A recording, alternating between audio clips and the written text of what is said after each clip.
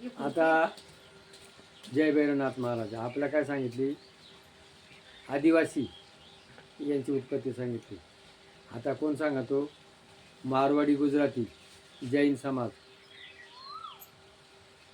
यांचा मेन कोण आहे ते सांगतो. आता व्यास हा कोणाचा मुलगा, पराशर ऋषीचा, सत्यवतीचा. मग आता व्यासाने तिकडं लग्न केलं आणि त्याला त्याच्या बायकोला दिवस गेले. 12 वर्षे झाली, बाई काय बाळांतीन वहिना. आणि मग तो भगवंतापाशी गेला आणि भगवंताला सांगितलं, बा माझी बायको बरोबर आहे, काही बाळांतीन वहिना, पण चांगलं आहे म्हणा. अरे म्हण 12 वर्ष झाले. आणि मग भगवंत त्याच्यापाशी गेला आणि तो आधी कोण होता, सुख. आता सुखाला त्याने सांगितलं, अरे बाबा बाहेर ये.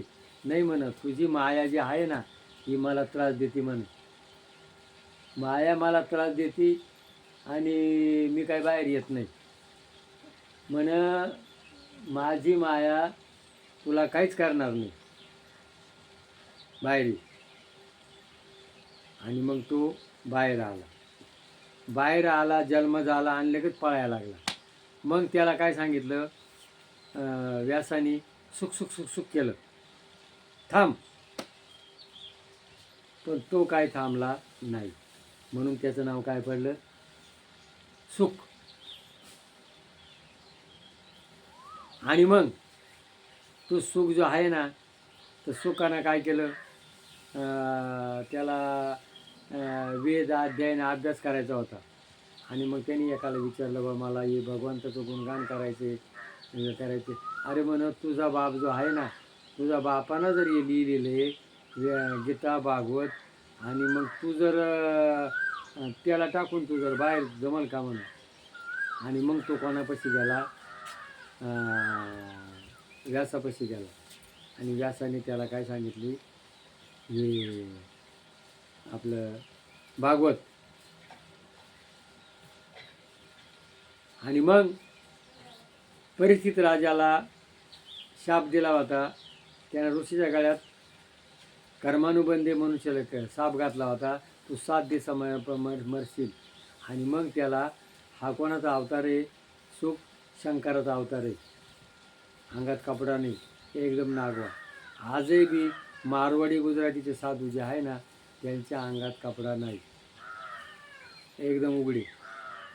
आणि मग त्यांचं राहणीमान कसं, ते अन्न खाताना कसं खातात, वंजोळीत. शास्त्र सांगते माणसाला अन्न किती पाहिजे, वंजोळभर, 40 तोळे पावशर.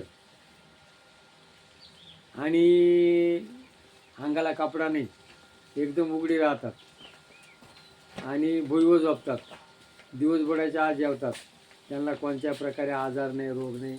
आणि आजही ती चालीरीती जैन समाजामध्ये पाळल्या जातात. आणि मग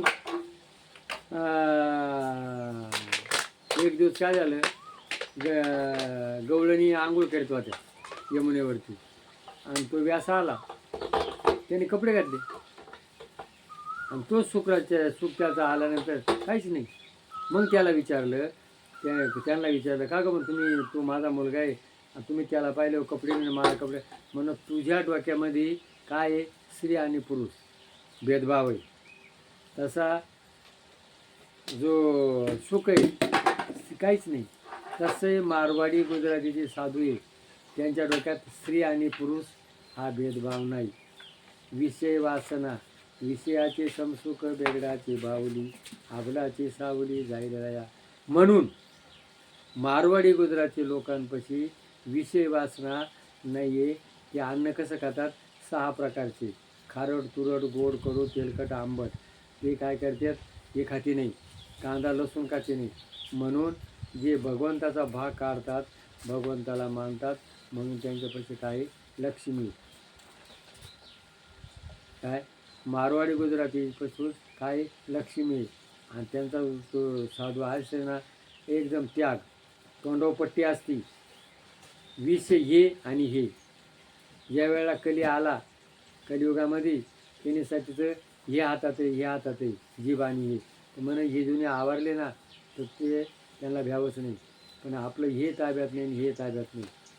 म्हणून मारवाडी गुजराती काय करतात, सुख आणि सुखाने काय लिहिलं भागवत कोणाला सांगितली, पराशर ऋषीला याला सांगितलं, जन्म परीक्षित राजाला. आणि परीक्षित राजाचा उद्धार केला. जगायचा असेल तर काय वाचवा, रामायण आणि गीता. आणि आता मला मरायचे, मरणाची भीती काढायची असेल तर काय भागवत. गीता भागवत करीती श्रवण, अखंड चिंतन विठोबाची. म्हणजे व्यासाचे व्यासाचे अनुकरण कोण, आदिवासी. आणि सुखाचे अनुकरण कोण, जैन आणि मारवाडी. जैन मारवाडी ते त्यांच्या साधूची सेवा करतात, निष्काम सेवा करतात, विषय वासना नाही. म्हणून त्यांच्यापाशी लक्ष्मी आहे. आणि त्यांचा खाण्यावर नियम आहे, तोंडावर नियम आहे, वाणी संयम आहे. म्हणून त्यांच्यापाशी काय, लक्ष्मी आहे. बघा, आपल्या जर घ्यायचं असेल तर तोंड आणि विषय जर आवरले तर जगामध्ये त्याला काहीच भ्याव नाही. बघा, हे विचार जर पटले असेल तर याला क्लिक करा. जय भैरवनाथ महाराज की जय.